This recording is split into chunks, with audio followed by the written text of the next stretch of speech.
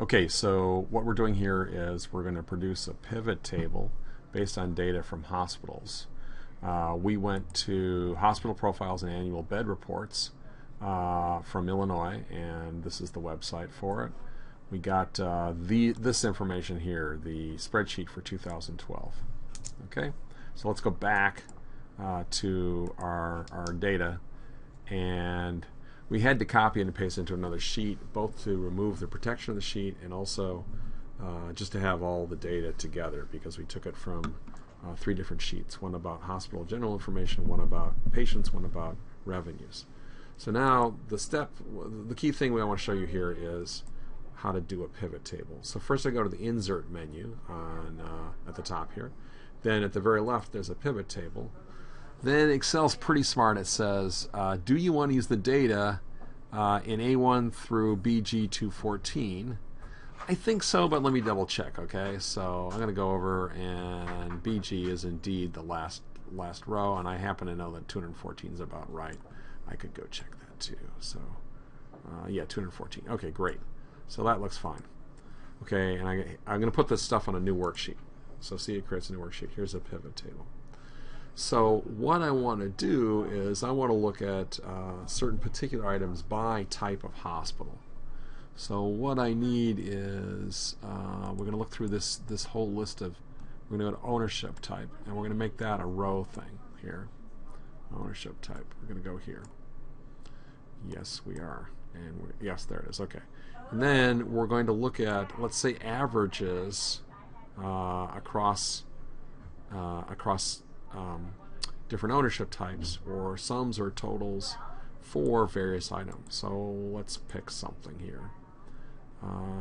We want to look at the average amount of Medicare inpatient and Medicaid inpatient amounts we have. Well, here's the sum.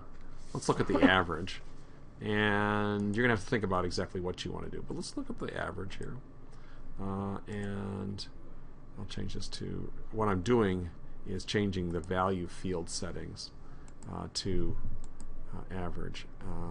And so these are averages as to the number of Medicare patients, number of Medicaid patients, and so forth that each type has. So we're going to want to reformat that in a bit. Let's put in the total number of inpatients as well.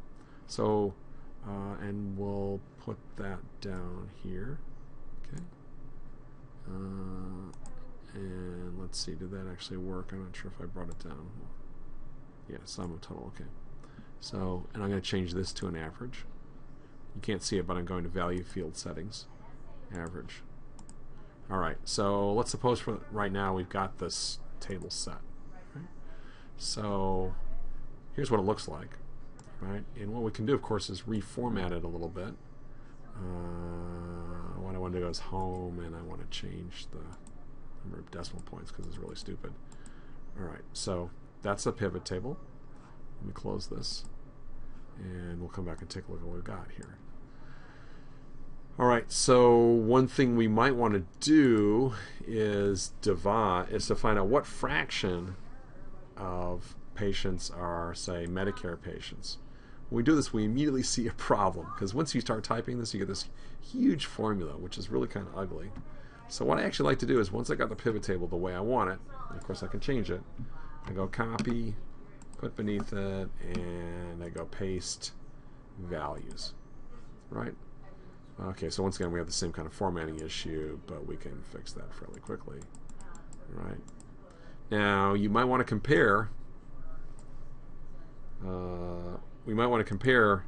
the percentage of Medicare and inpatient Medicaid. So I'm going to put that, I'm going to copy those 2 columns, put them here, and that way I've got okay, Medicare inpatient percent.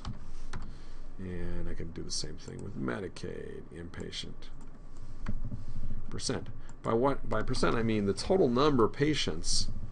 Okay, what fraction of the total number of patients are Medicare? What fraction of the total number of inpatients are Medicaid? How do I do that? Well, I go like this, equals this guy divided by that guy. And if I make this a $sign here, it'll always refer to column D. So that's what I want. And this is the percent. Okay. I can do the same thing to do Medicaid. So I'm doing Medicaid. Take a look at this. This is Medicaid in blue divided by the total number of patients in red. Okay, so let's go look in here. So now we're going to see some differences between these different hospitals. So the grand total, it's 4120. All right. Township hospitals have lots of Medicare, very few Medicaid. All right. But on the other hand, other for-profit, whatever the heck that is, has got lots of Medicaid. Something's going on there. By the way, we haven't figured out how many hospitals there are of each type, and I'll show you how to do that. So this is good. Okay? Yeah, this is definitely helpful. Okay. So if I go back to here, say, hey, I want some more information, I can click on this, right-click on my table, and I can say, let's go to show the field list, all right? And I realize, geez, I want to know how many hospitals are of each type. So actually, that's not so hard. I can take one of these categories, like inpatient, and let's see, some of Medicare inpatient, and change this, and you can't see it's going to go down to value field settings. And I'm going to change that to count. Okay? So now when we look at this thing here, that's the number of hospitals of each type. All right? So maybe what I want to do is bring that information down here as well. And we might realize that, yeah, we got a really small sample of some hospitals. So if I copy this, there are 213 hospitals overall, but there are very few of certain types. So I got to paste values here. Okay. So for example, you got 58 of these hospitals, 158 of the church-related. But in terms of other not-for-profit, other for-profit, there's only one. So that's not a lot of information there, right? 58 church, 96 not-for-profit, not church-related. Not-for-profits dominate, so there are not a lot of city and county hospitals. We could probably figure out where they are. They're probably mainly Chicago. So what do you think? I think we're done for now. We can at least pause. So let's just look at one more thing here. So if I go in here and I go to right click so I can get back to the field list, I can make a filter, and I'll just pick the county as a filter. This may not be a reasonable way, but or the health service area. Let's go with let's go with health service area, right? So, and I'm going to make that a filter. And how does that work? Well, I think that we've got it. It should show up. Oh, I actually didn't drag it in. There we go. All right, so it shows up here. If I go over here, I can close this. If I go here, I can say, oh, well, I'm just going to look at health. We're just going to look at number 1, this planning area. A lot fewer hospitals, right? Mm-hmm. And not of all types. County might have been a better choice because, and I can do like 1 and 2. So I think if I hit Control, I get, well, maybe Control. Oh, select multiple items. Yes, thank you. Select multiple items. I'm going to do 1 and 2 and 3. Right, then I get some more hospitals. How many hospitals do I have? Well, actually, I've got 110. No, wait. Oh, that's this. Okay, this is not good. Not this one here. But we've got 52 hospitals because of the count. This row is not very helpful because the sum of the values of health service areas, that's not too useful. I shouldn't have. I can delete that and get rid of it.